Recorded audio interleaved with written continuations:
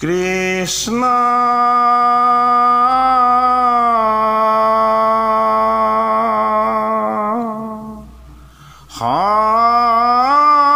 শংকৰ গুৰু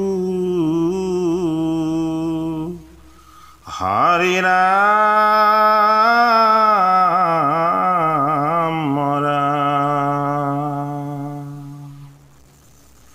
ওম নমো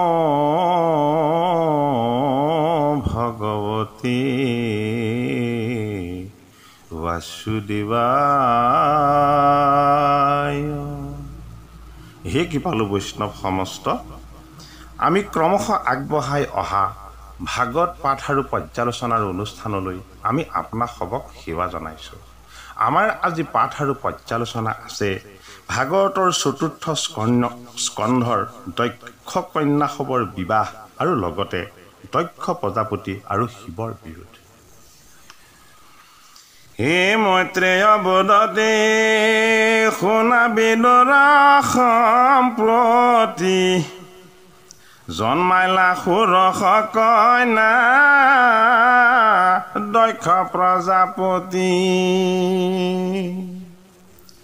এশবে ৰূপে গুণে লক্ষ্মী দেৱীৰ সমান অপসুতিৰ গৰ্ভহন্তে ভৈলা বিদ্যমান। প্ৰথমতে ত্ৰয়োদশ ধৰ্মে বিহাইলন্ত ব্ৰহ্মৰ নন্দন দক্ষে আনন্দে দিলন্ত। ও তাত পাছে দক্ষে অগ্নি গণক মতাই ও দিলা এক কন্যায়নো ৰূপ বৰচাই। আৰু এক কন্যাদান দিলা প্ৰজাপতি। হে অগ্নিবাস্তৱ আদি পিতৃ গণক সম্প্ৰতি। হে সবাতো কনিষ্ঠ সতী দেৱী মহামায়া অশংকৰক দিলা দক্ষে আনন্দিত হোয়া। ভাগৱতৰ চতুৰ্থ স্কন্ধত প্ৰজাপতি দক্ষ আৰু তেওঁ ভাৰ্যা প্ৰসূতিৰ 16গৰাকী কন্যাৰ কথা আমাক বিগত কৰিছে। এই 16গৰাকী কন্যাৰ 13গৰাকীক দক্ষই দান কৰিছে ধৰ্মলে, 13গৰাকী কন্যাক ধৰ্মলে দান কৰিছে। এই ধৰ্ম আৰু তেওঁ ভাৰ্যাসকলৰ বিষয়ে আমি যোৱা কেইটি পাঠত আমি পাঠ পৰ্যালোচনা আগবঢ়াইছোঁ। দুগৰাকী কন্যা চাহাক তেওঁ অগ্নিগুণলৈ দান কৰিলে আৰু তেওঁ সাধা নামৰ কন্যাগৰাকীক তেওঁ দান কৰিলে পিতৃগণলৈ। আৰু দক্ষৰ সৰ্বশেষ যি কনিষ্ঠ কন্যা, এই কনিষ্ঠ কন্যাগৰাকীৰ নাম হ'ল সতী। ভাগৱতে কৈছে তেওঁ মহামায়াৰ ৰূপ। আৰু এই মহামায়া ৰূপী সতীক দক্ষই আনন্দেৰে বিবাহ দিলে হৰলৈ অথবা শিৱলৈ। হে জগত ঈশ্বৰ ভৱ ভয় বিনাশন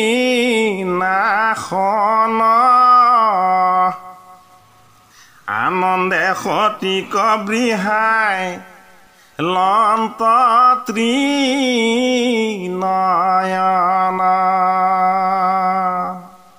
সতীৰ স্বামীৰ এক বিশেষ পৰিচয়। সতীৰ স্বামী কি? ত্ৰিনয়ন। অৰ্থাৎ মহাযোগী শিৱৰ তৃতীয় নেত্ৰ ধাৰণ কৰোঁতা। মহাযোগী শিৱৰ কিয় তিনি নেত্ৰ আছে? যে দুই নেত্ৰ দিন আৰু ৰাতিৰ যি প্ৰতিভূ হৈ আমাৰ লগত আছে। তৃতীয় নেত্ৰ, এই দুই নেত্ৰক নিয়ন্ত্ৰণ কৰোঁতা ঈশ্বৰৰ যি মহত্বস্বৰূপ, ঈশ্বৰৰ যি পৰম তত্ত্ব, এই তত্ত্বক সাক্ষাৎ কৰাৰ ব্যৱস্থা। সেইটো বাবেই তৃতীয় নেত্ৰ হ'ল আত্মদৰ্শনৰ পবিত্ৰ ৰূপ। আত্মদৰ্শনৰ পবিত্ৰ ৰূপেৰে মহাযোগী শিৱই সদায় সনাতন ঈশ্বৰক হৃদয়ত উপাসনা কৰে, যিটো কাৰণত ভৱ ভয় অৰ্থাৎ মায়াৰ যি ভয় আছে, মায়াৰ যি অহংকাৰ আদি আছে, এই সমস্তবিলাকক মহাযোগী শিৱই বিনাশ কৰে, নাইকিয়া কৰে। আৰু সেইটো বাবেই যিজন মায়া মোহৰ পৰা তিৰোৰহিত, সেইজন স্বৰূপ শিৱক প্ৰজাপতি দক্ষই তেওঁৰ কনিষ্ঠ কন্যা সতীক আনন্দেৰে বিবাহ দিলে। হিমতে কন্যাগণ দক্ষে বিহা দিলা, তা সম্বাদ বংশে সবে পৃথিৱী ঢাকিলা। অনলভিলা পুত্ৰ সতী সুন্দৰী কেৱলে, অল্প বয়সতে প্ৰাণ তেজিলা সমূলে। পিতৃৰ বিৰুদ্ধ স্বামী বিদেশ জানি, মহেশকো এৰি দেহা তেজিলা গোসানী। আৰু কৈছে আমাক কেৱল সুন্দৰী, এই সুন্দৰ স্বৰূপ পৰম পবিত্ৰ তেওঁ সাধনাত পুত্ৰ ৰূপৰ মোহ আৰু মায়া তেওঁৰ লগত কোনোদিন অহাই নাছিলে। সেইটো বাবে সুন্দৰৰ আৰু সত্যৰ সাধক শিৱক স্বামী ৰূপেৰে বৰণ কৰা দক্ষৰ কনিষ্ঠ কন্যা সতীৰ সেই সময়লৈকে কোলালৈ কোনো পুত্ৰ অহা নাই। ইয়াৰ অৰ্থই হ'ল শিৱ হ'ল আত্মাৰূপ, সতী হ'ল এই আত্মাৰূপক স্বামী ৰূপেৰে বৰণ কৰোঁতা শুদ্ধ বিচাৰ, শুদ্ধ মন আৰু পৰম পবিত্ৰ ভক্তিৰ সংস্কাৰ। এই পৰম পবিত্ৰ ব্ৰহ্মচৰ্যময় ভক্তিৰ সংস্কাৰে পুত্ৰৰূপী মোহ আৰু মায়াক কোনোদিন প্ৰশ্ৰয় নিদিয়ে। সেইবাবেই ভাগৱত শাস্ত্ৰই আমাক জনাইছে সতী সুন্দৰীহে, সতীয়ে কিন্তু সন্তান জন্ম দিয়া নাই। সন্তানৰ মোহ আৰু মায়াক তেওঁ বৰণ কৰা নাই, তেওঁ কেৱল বৰণ কৰিছে তেওঁ স্বামিত্ব, তেওঁ স্বামী শিৱৰ যি মহান গুণ, এই মহান গুণক তেওঁ হৃদয়ত ধাৰণ কৰি তেওঁ কেৱল সদায় স্বামীকেই উপাসনা কৰিছে। সেইবাবেই পিতৃস্বৰূপ দক্ষৰ লগত যেতিয়া শিৱৰ বিৰোধ হ'ল, এই শিৱৰ বিৰোধ হোৱাৰ বাবেই শিৱৰ প্ৰতি বিৰুদ্ধাচৰণ তেওঁ পিতৃয়ে কৰাত তেওঁ সহ্য কৰিব নোৱাৰি তেনেই তৰুণ কালতেই সতীয়ে দেহ ত্যাগ কৰিলে। এই কথা বিদুৰে মই ত্ৰেয় মুখে শুনি, এ ভৈলা মহা বিস্ময় বিদুৰে মনে গুণি। এই সতীস্বৰূপা দেৱীয়ে পিতৃৰ প্ৰতি অসন্তুষ্ট হৈ দেহ ত্যাগ কৰাৰ কথা যেতিয়া মৈত্ৰেয়স্বৰূপ গুৰুৰ পৰা বিদুৰ মহামতীয়ে শ্ৰৱণ কৰিলে, বিদুৰ মহামতী আচৰিত হৈ গ'ল, তেওঁ আশ্চৰ্য প্ৰকাশ কৰিলে। এতিয়া আমাক ক'ব দক্ষ প্ৰজাপতি আৰু শিৱৰ বিৰোধৰ কথা।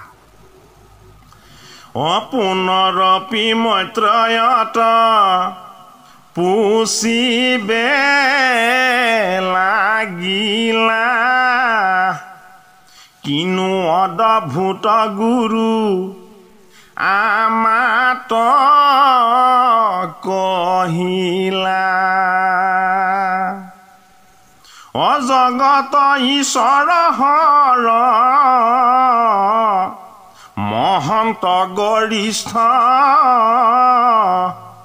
ও আচৰিল দক্ষে কেনে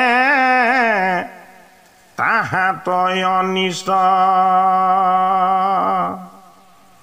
যদি বাবুলি বা স্নেহ নাহি দুহিতাত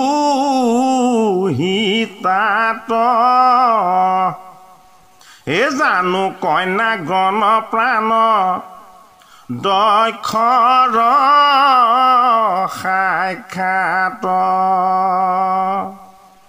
হোৱাটো অধিক স্নেহ সতীতয় আছিল কোন হেতু তাক অনা দৰক কৰিলা পুনৰবাৰ মৈত্ৰেয়ক তেওঁ শিষ্য বিদুৰ মহামতীয়ে সুধিছে যে হে মোৰ গুৰুজন জগতৰ ঈশ্বৰ হৰ হ'ল মহন্তসকলৰ ভিতৰত এটাইতকৈ সৰ্বশ্ৰেষ্ঠ অৰ্থাৎ গৰিষ্ঠ তেওঁ হ'ল মহামহন্ত দক্ষস্বৰূপ প্ৰজাপতিয়ে তেওঁক কি অনিষ্ট কৰিব বিচাৰিলে তেওঁৰ প্ৰতি কিয় এনে বেয়া আচৰণ কৰিলে আৰু যদিহে আমি ভাবোঁ যে তেওঁ দুহিতা বা কন্যাৰ প্ৰতি স্নেহ নাইকিয়া হৈছে কিন্তু দক্ষইতো তেওঁ কন্যাসকলক প্ৰাণসম স্নেহ কৰে কি হেতুনো সবাতো অধিক স্নেহৰ এই সতীস্বৰূপ তেওঁ কন্যাগৰাকীক তেওঁ অনাদৰ কৰিব লগা হ'ল হে মোৰ গুৰুজন আপুনি মোক এই কথা জনাওকচোন এই বুলি মৈত্ৰেয় স্বৰূপ গুৰুজনক বিদুৰ মহামতীয়ে প্ৰশ্ন কৰিছে হে চৰাচৰ গুৰু হৰ জগত ঈশ্বৰ নিৰ্ভয় স্বভাৱ শুদ্ধ শান্ত শুদ্ধ মূৰ্তিধৰ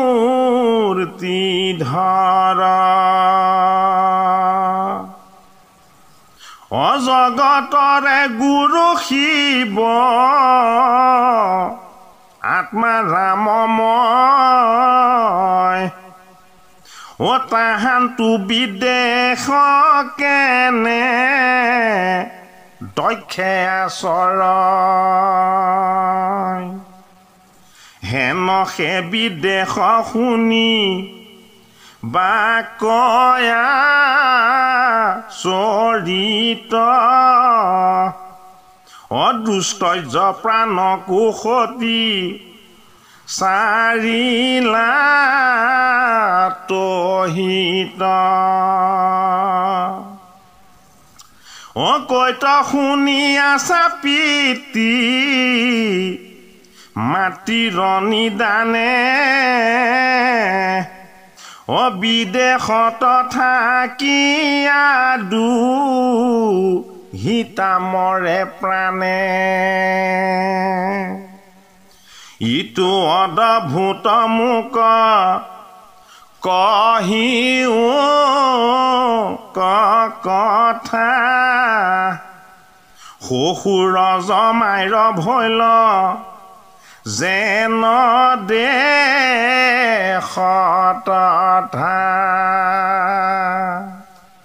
যিজন হৰক প্ৰজাপতি দক্ষই অপমান কৰিছিল যিজন হৰক প্ৰজাপতি দক্ষই বিৰোধ কৰিছিলে সেইজন হৰক যিজনে চিনি পায় সেইজনে হ'ল বিদুৰ মহামতী সেইজন হৰক যিজনে বুজি পায় সেইগৰাকী হ'ল সতী সেইজন হৰৰ স্বৰূপক যি উপলব্ধি কৰিব পাৰে সেইজনেই বিদুৰ মহামতীৰ গুৰু মৈত্ৰেয় সেইবাবে মৈত্ৰেয় স্বৰূপ গুৰুজনে বিদুৰ স্বৰূপ মহামতীক সতীস্বৰূপ শিৱৰ ভাৰ্যাৰ দেহ ত্যাগৰ কথা যেতিয়াই বিকট কৰিলে মহামতী বিদুৰ আচৰিত হৈ গ'ল যে প্ৰাণৰ কন্যা পিতৃ-মাতৃৰ প্ৰতি ক্ৰোধান্বিত হৈ দেহ ত্যাগৰ দৰে এনেধৰণৰ নুঘটিব লগা ঘটনা হে মোৰ গুৰুজন কিয় ঘটি গ'ল আপুনি মোক এই কথা বিকট কৰকচোন মইতো জানিছিলোঁ যে মহাযোগী শিৱ জগতৰে গুৰুস্বৰূপ তেওঁ আত্মাৰাম তেওঁ পৰম পবিত্ৰ শুদ্ধ আৰু তেওঁ শান্ত মূৰ্তি তেওঁ কোনোদিন কাকো বিৰোধ নকৰে তেওঁ জগতৰ মংগলময় ৰূপ ধাৰণ কৰি হৃদয়ত তেওঁ কেৱল ৰামক দৰ্শন কৰি তেওঁ সদায় শুদ্ধ চিত্তে প্ৰশান্ত হৈ থাকে সেইজন প্ৰশান্ত সেইজন শুদ্ধ ভকতৰ বিৰুদ্ধে দক্ষই কিয় বিৰোধ কৰিলে হে মোৰ গুৰুজন আপুনি মোক জনাওক হে ৰাম ইহি প্ৰশ্ন মৈত্ৰেয়ত বিদুৰে পুছিলা ও ঋষি আনন্দ মনে কহিবে লাগিলা এ হোৱা সাৱধান বুলি ঋষি নিগদতি ও সাৱধানে শুনন্ত বিদুৰ মহামতী অৰ্থাৎ এই প্ৰশ্ন সোধাৰ পাছত উত্তৰ হিচাপে মৈত্ৰেয়ই কৈছে হে মোৰ শিষ্য হে বিদুৰ মহামতী মই তোমাক আনন্দৰে সৈতে এই শিৱ আৰু দক্ষৰ বিৰোধৰ কথা মই তোমাক বিকট কৰোঁ তুমি খুব সাৱধান হৈ একান্ত মনেৰে এই কথা শ্ৰৱণ কৰা অৰ্থাৎ ভাগৱত ভগৱন্তৰ সু উৰুৰ ৰূপ লৈ ভগৱন্তৰ মহিমা বিকট কৰি দক্ষস্বৰূপ প্ৰজাপতি আচলতে আমাৰ কাৰণে কি ৰূপ এই তত্ত্বক বুজায় দক্ষস্বৰূপ প্ৰজাপতিয়ে হৰস্বৰূপ সংহাৰ কৰোঁতা শিৱক কিয় অপমান কৰে এই তত্ত্বক অনুভৱ কৰিবৰ কাৰণে প্ৰকৃততে শিৱ মানে কি প্ৰকৃতাৰ্থত সতী মানে কি এই তত্ত্বক আমি বোধগম্য হ'বৰ কাৰণে ভাগৱত শাস্ত্ৰই মৈত্ৰেয়স্বৰূপ গুৰুৰ যোগেদি এই কথা কীৰ্তন কৰাই বিদুৰ স্বৰূপ মহন্তজনক শ্ৰৱণ কৰাই আমাকো যেন আহ্বান জনাইছে তোমালোকেও ভাগৱতৰ এই পৰম পবিত্ৰ কথা একান্ত চিত্তে শ্ৰৱণ কৰা ও এককালে প্ৰজাপতি গণ ব্ৰহ্মাসমে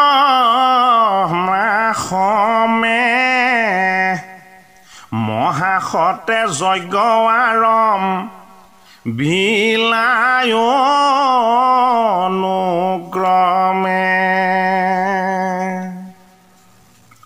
ও সেই সমাজক দেৱ ঋষি বিদ্যাধৰ অসিদ্ধ মুনি গন্ধৰ্ব কিন নৰ নিৰন্তৰ আখিলন্ত সবে যজ্ঞ দেখিবা কমনে ও আখিলন্ত পাছে সেহি সভাত আসনে এটাতই অনন্তৰে দক্ষ ব্ৰহ্মাৰ নন্দন ও সেহি সমজাত আহি ভৈলা উপসন মৈত্ৰেয়স্বৰূপ গুৰুজনে তেওঁ শিষ্য বিদুৰ মহামতীক কৈছে যে হে বিদুৰ এটি কালত প্ৰজাপতিসহ ব্ৰহ্মা আদি কৰি সমস্তই মহাসত্য বা সৎ স্থান বা সৎ কৰ্ম কৰাৰ এক দিব্য ব্যৱস্থা কৰি তাত যজ্ঞ আৰম্ভ কৰিছিলে এক শুদ্ধ প্ৰক্ৰিয়াৰে বা ব্যৱস্থাৰে। সেইটোকে কোৱা হৈছে অনুক্ৰমে বুলি।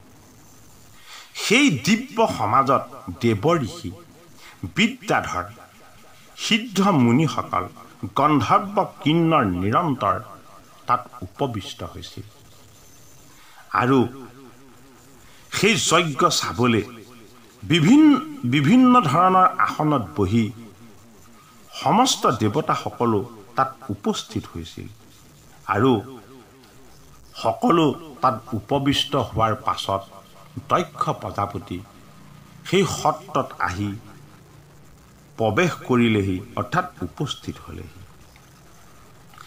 এই মধ্যাহ্নৰ সূৰ্য যেন দক্ষ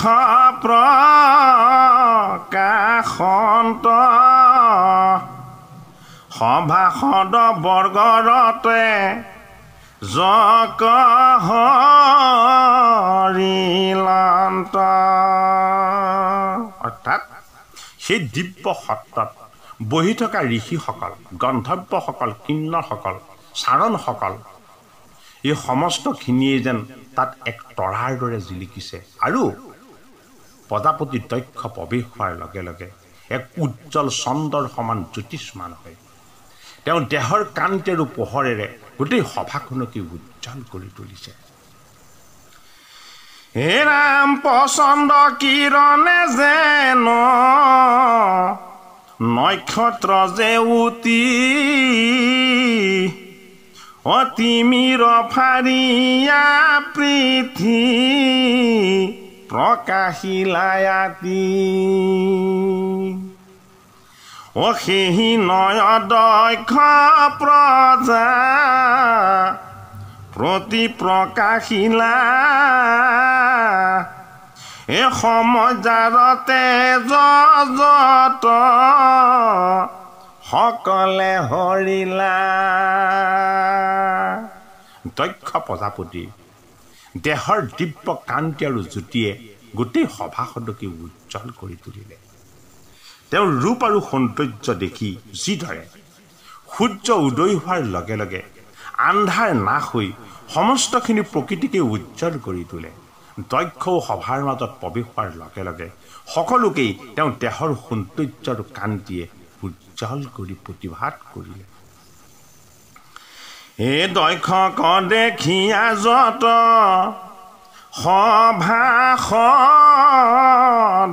সভাসদগণ বিপ্ৰগণ প্ৰমুখেও থিলাতাৱখন।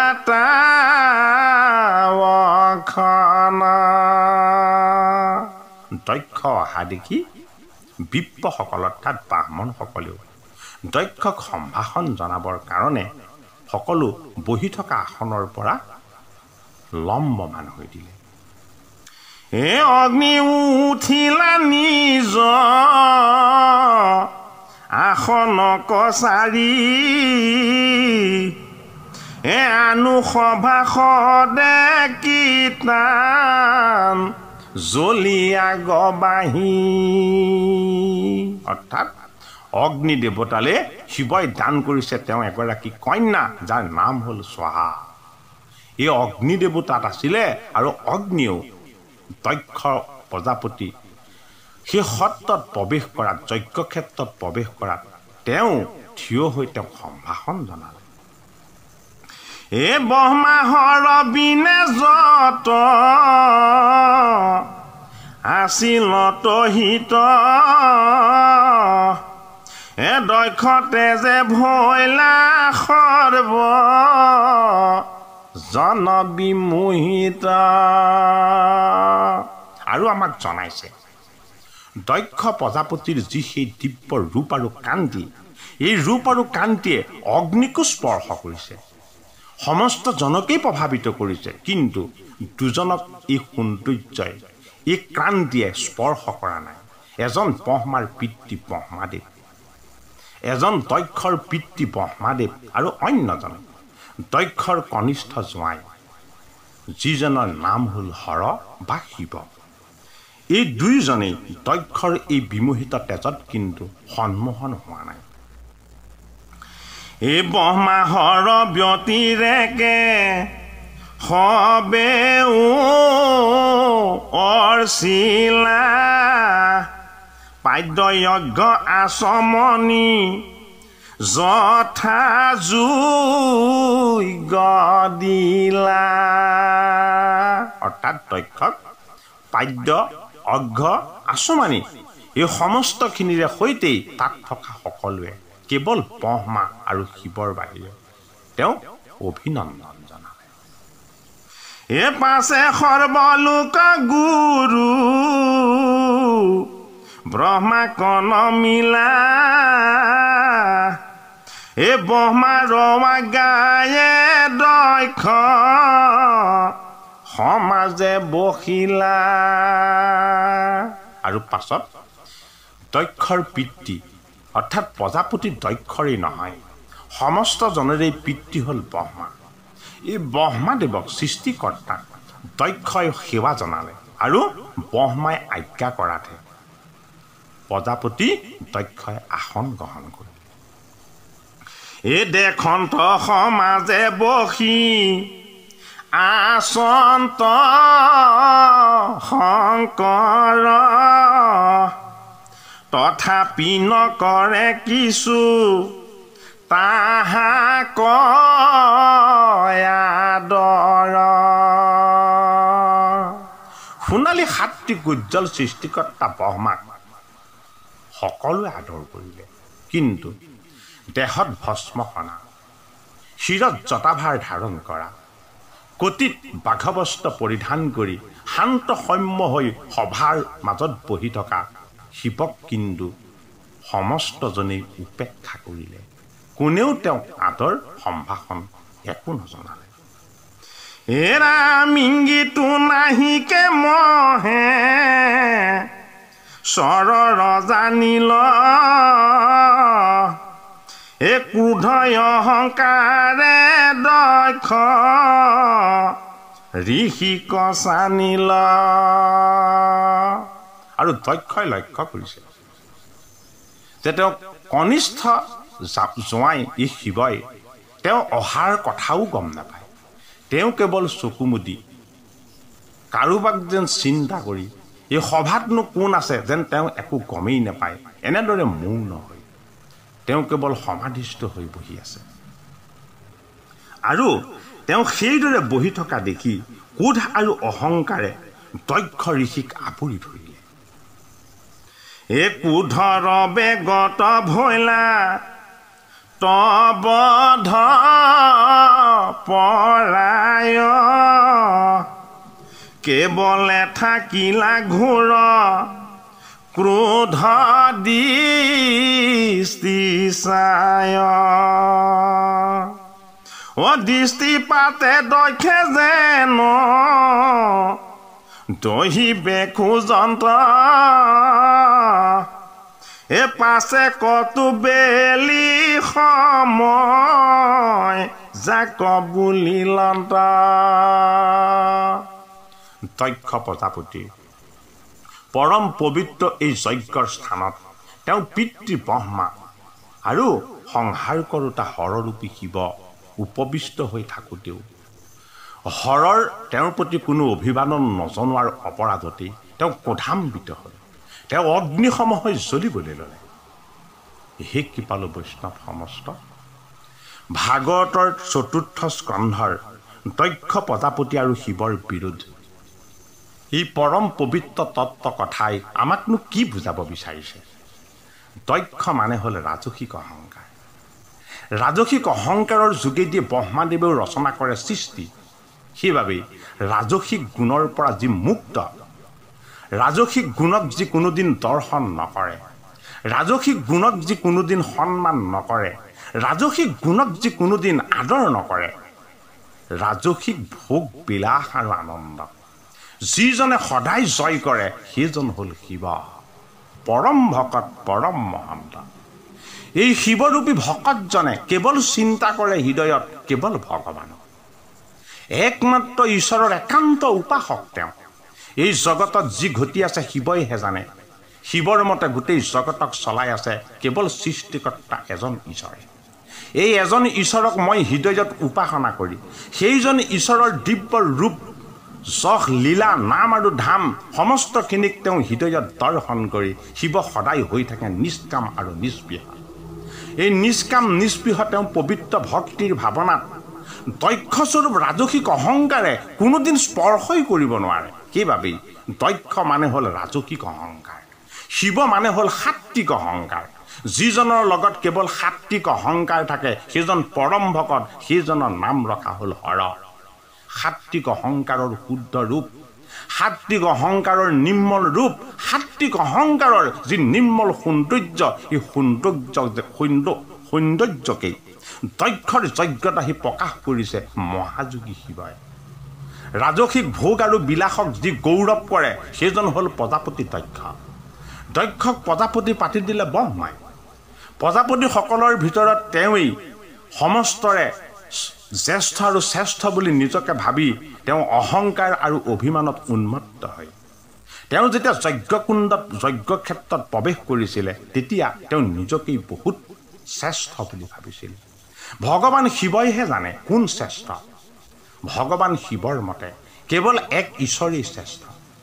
এজন ঈশ্বৰেই তেওঁ উপাস্য, এজন ঈশ্বৰেই তেওঁ আদৰ আৰু সন্মানৰ গৰাকী। সেইবাবেই দক্ষ এক ৰাজসিক অহংকাৰ। এই ৰাজসিক অহংকাৰক শিৱই কেতিয়াও প্ৰশ্ৰয় নিদিয়ে। এই ৰাজসিক অহংকাৰক শিৱই কেতিয়াও সন্মান নকৰে। এই ৰাজসিক অহংকাৰক শিৱই সদায় জয় কৰে। সেইবাবেই ৰাজসিক অহংকাৰৰ পৰা যি মুক্ত হয় তাকে কোৱা হয় সতী। সতী মানে সাত্বিক অহংকাৰ। শিৱৰূপী পুৰুষক, সাত্বিক গুণক, সাত্বিক সৌন্দৰ্যক, সাত্বিক আনন্দক যিগৰাকী দেৱীয়ে স্বামী হিচাপে বৰণ কৰে সেই দেৱীগৰাকীৰ নাম ৰখা হৈছে সতী। সতীৰ শুদ্ধ ভক্তি, সতীৰ শুদ্ধ বিচাৰ, সতীৰ শুদ্ধ ঈশ্বৰ প্ৰাপ্তিৰ ব্যৱস্থা ভাগৱতৰ ৪ৰ্থ স্কন্ধত আমাক বেকত কৰাব খুজি আমাক দেখুৱাইছে। দক্ষস্বৰূপ প্ৰজাপতিৰ লগত প্ৰথম বিৰোধ কাৰ? মহাযোগী শিৱৰ।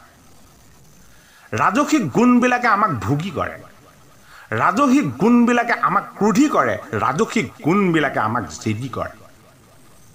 লোভী, ক্ৰোধী আৰু জেদী এই গুণবিলাক হ'ল ৰাজসিক বস্তু। সেইটো কাৰণে সন্ত মহন্ত স্বৰূপ সাত্বিক গুণৰ গৰাকী এই শিৱক দৰ্শন পোৱাৰ লগে লগে ৰাজসিক গুণ সম্পন্ন দক্ষৰ ক্ৰোধ আহি গ'ল, অহংকাৰ আহি গ'ল। ভাগৱত ভগৱন্তৰ দিব্য তত্ত্বকথনে আমাক বুজাব বিচাৰিছে শিৱৰূপী আত্মৰ দৰ্শন, শিৱৰূপী আত্মাৰ চিন্তন, শিৱৰূপী পৰমাত্মাক সাক্ষাৎ কৰাৰ ব্যৱস্থাৰে আমি সাত্বিক গুণক সদায় ধাৰণ কৰিব লাগিব। আমি সাত্বিক গুণক সদায় বৰণ কৰিব লাগিব। আমি সাত্বিক গুণক সদায় পালন কৰি আমাৰ দেহৰ শুদ্ধতাক আমি সতী ৰূপেৰে প্ৰতিষ্ঠা কৰিব লাগিব। দেহৰ শুদ্ধতাই হ'ল সতী। এই শুদ্ধ সাত্বিক বিচাৰেৰে আমি আত্মদৰ্শী হ'লে আত্মদৰ্শী ব্যৱস্থাটোকে কোৱা হয় শিৱ।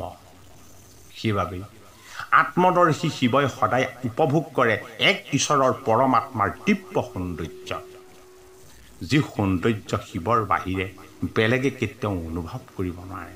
সেইটো কাৰণে শিৱ ভগৱানৰ এক ৰূপ। তিনিজন দেৱতা সৃষ্টি, স্থিতি আৰু লয় জগতৰ এক ঈশ্বৰৰ অভিন্ন ৰূপ। ভাগৱত ভগৱন্তৰ ৪ৰ্থ স্কন্ধত আমাক দেখুৱাব বিচাৰিছে সাত্বিক গুণ সম্পন্ন সতীৰূপা প্ৰকৃতিয়েহে অনুভৱ কৰিব পাৰে শিৱৰূপী সাত্বিক স্বামীজন কিমান মহৎ। দক্ষৰূপী তেওঁ পিতৃ ৰাজসিক অহংকাৰত স্থিতজনে কেতিয়াও অনুভৱ কৰিব নোৱাৰে শিৱৰ ভক্তি কিমান একান্ত আৰু এক, শিৱৰ ভক্তি কিমান এক ঈশ্বৰত স্থিত। এই কথা তেওঁ ৰাজসিক গুণ সম্পন্নভাৱেই অনুভৱ কৰিব নোৱাৰিলে। যজ্ঞস্বৰূপ পবিত্ৰ স্থানত তেওঁ ক্ৰোধ আৰু অহংকাৰক প্ৰশ্ৰয় দি শিৱস্বৰূপ মহাভকতক তেওঁ অপমান কৰিব বিচাৰিলে। ভাগৱতৰ ৪ৰ্থ স্কন্ধৰ দক্ষ আৰু শিৱৰ বিৰোধৰ তত্ত্বই আমাক যেন বুজাব বিচাৰিছে দক্ষস্বৰূপ ৰাজসিক অহংকাৰেৰে যদিও আমি জীৱন লাভ কৰোঁ, এই ৰাজসিক গুণবিলাকে ভোগ বিলাস আনন্দ আৰু উন্মত্ততাৰ যোগেদি আমাক লৈ যায় মায়াৰ ভ্ৰান্তি ফালে।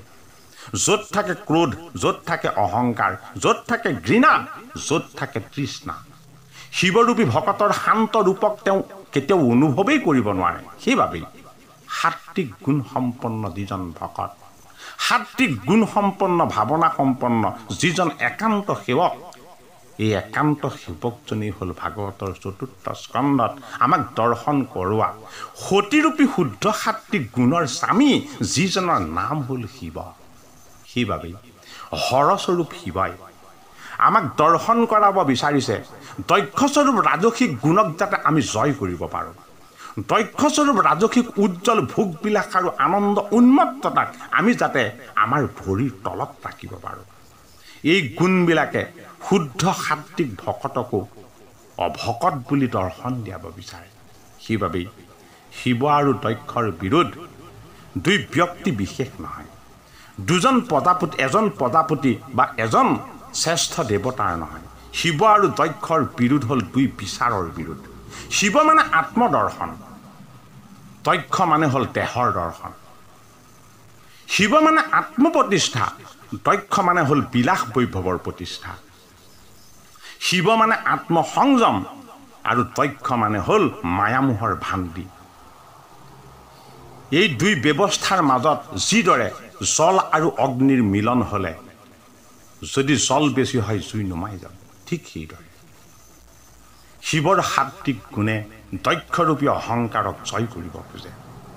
সেই কৃপালু বৈষ্ণৱ সমস্ত ভাগৱতৰ ৪ৰ্থ স্কন্ধৰ শিৱ আৰু দক্ষৰ বিৰোধৰ যি পৰমাৰ্থিক তত্ত্ব, এই পৰমাৰ্থিক তত্ত্বই আমাক আজি জনালে দক্ষস্বৰূপ ৰাজসিক অহংকাৰ লৈ আমি যদিও জন্ম হৈছোঁ, শুদ্ধ সাত্বিক বিচাৰ, শুদ্ধ সাত্বিক গুণ, আত্মদৰ্শন, ইয়াৰ যোগেদিহে আমাৰ ভাগৱত প্ৰাপ্তি হ'ব, ঈশ্বৰৰ চৰণ সেৱা হ'ব। সেইবাবে শুদ্ধ বিচাৰৰ গৰাকী কৰিবৰ কাৰণেই দক্ষস্বৰূপ ৰাজসিক গুণ সম্পন্ন ১৩গৰাকী কন্যাক যি ধৰ্মলৈ বিবাহ দিছে, এগৰাকী কন্যাক যি অগ্নিলে বিবাহ দিছে, এগৰাকী কন্যাক যি পিতৃগণলৈ বিবাহ দিছে, সেইজন দক্ষই ৰাজসিক গুণত স্থিত হৈ মহাযোগী শিৱলৈ কনিষ্ঠ কন্যাও দান কৰিছে। ইমানখিনি শ্ৰেষ্ঠ দান কৰা স্বত্তেও ৰাজসিক গুণৰ পৰা তেওঁ মুক্ত হ'ব নোৱাৰাৰ বাবেই শুদ্ধ সাত্বিক গুণৰূপী শিৱৰ লগত তেওঁ বিৰোধ আৰম্ভ কৰিছে। সেই কৃপালু বৈষ্ণৱ সমস্ত ভাগৱতৰ ৪ৰ্থ স্কন্ধৰ দক্ষ প্ৰজাপতি আৰু শিৱৰ বিৰোধৰ আজি আমি এই প্ৰথম বাকী পাঠ আৰু পৰ্যালোচনাৰ ইমানতেই সামৰণিৰ সেৱা ধৰিছোঁ। অহাভাগী পাঠ আৰু পৰ্যালোচনাত আমি শিৱ আৰু দক্ষৰ বাকীখিনি কথাৰ যি কীৰ্তন, এয়া কীৰ্তনৰ লগতে ইয়াৰ যি পৰমাৰ্থিক তত্ত্ব, এই তত্ত্ব কথা আমি আপোনাসৱৰ আগত বিকট কৰিবলৈ যত্ন কৰিম। আমি আপোনাসৱক আগতেও জনাইছোঁ, ভাগৱত হ'ল জ্ঞান আৰু ভক্তিৰ সমুদ্ৰ। এই সমুদ্ৰৰ পাৰত আমি তেনেই এটা সামান্য ধূলিকণা, আমাৰ জ্ঞান বিদ্যা বুদ্ধিৰ তেনেই অভাৱ। ভাগৱতৰ গভীৰ তত্ত্ব বিকট কৰোঁতে আমাৰ অজ্ঞান আৰু অবিদ্যাৰো প্ৰকাশ হৈছে, যিখিনিৰ কাৰণে আমাৰ কিবা অপৰাধো হ'ব পাৰে। আপোনালোক সমস্ত সুহৃদজন বৈষ্ণৱজনেই আমাৰ প্ৰতি কৃপা দৃষ্টি কৰি আমাৰ সমস্ত ভুল ভ্ৰান্তি, সমস্ত দোষাদোষক যেন ক্ষমাৰ দৃষ্টিৰে চাই, কৃপাৰ দৃষ্টিৰে চাই আমাৰ পাঠ আৰু পৰ্যালোচনাই যদিহে আপোনাসৱৰ অন্তৰস্পৰ্শ কৰিব পাৰিছে, আমাৰ এই চেনেলটি আপোনালোকে ছাবস্ক্ৰাইব কৰিব, আমাৰ ভিডিঅ'সমূহ সুহৃদজনৰ মাজত শ্বেয়াৰ কৰিব, ভগৱন্তৰ পৰম পবিত্ৰ ভাগৱতৰ বাণী গোটেই জগততে আপোনালোকে ব্যাপ্ত কৰক। এয়াই আমাৰ আপোনালোকৰ ওচৰত প্ৰাৰ্থনা। হৰি